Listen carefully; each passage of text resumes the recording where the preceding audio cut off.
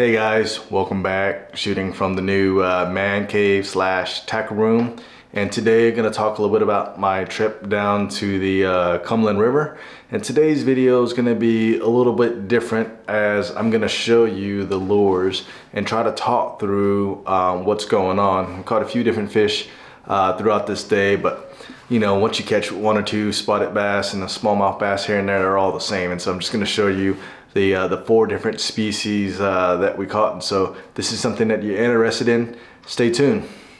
All right, this was a cold, windy day, and you know, most time when we're fishing the river, we can kind of just drift along with the current. But this day was interesting because current was going down one way and the wind was pushing up the other way, and so it made today's fishing venture a little challenging, but it didn't take us long to get on a fish. My first fish that was caught was on a channel swing bank, and you know, this is one of the things I always try to fish first on the river. And you know, just start off with a little spinning rod because that's my confidence bait, and I just want to get a bite real quick. And so I think that bite came on the first or second cast. What I used to catch this fish is a little Ned head jig along with this Berkley power bait.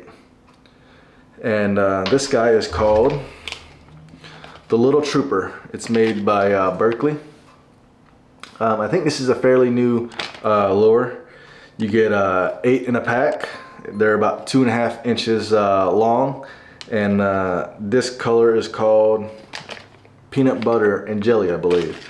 But basically, I was taking this little trooper, this little guy here, putting on this little Ned head, and the Ned head is made by Z-Man.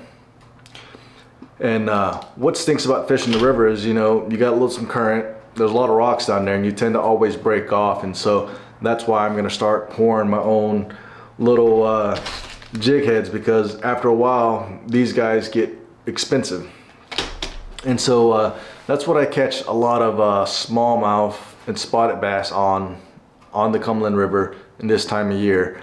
You know, I use anywhere from like a 1/10 ounce, 1/8 ounce, quarter, 3/16, just kind of depending on the wind and the current. And so let's go on to our next fish. All right, this next fish was caught on a Magnum Ned head. And so what makes this one a little bit different is it's a 7/16 ounce Ned head. Not sure if the camera will pick that up, but basically this is a bigger stick bait. I think it starts off at 6 or 7 inches. The lure is actually called a Gambler Fat Ace. I throw it on this Nicholas Lures jig head. This is a 7/16 jig head, so a little bit heavier with a little bit bigger hook. As you can see the size difference. I'm not sure if that'll pick that up or not on the camera, but there's a significant size difference between these two hooks. This is a lot stouter hook, a lot bigger hook, a lot heavier head, whereas this one's a small finesse type presentation. I switched to this bigger lure, tried to catch a bigger fish, but you can see here it only yielded a 11-inch smallmouth bass. All right, the next couple of fish that I caught were still back on this power bait Ned head.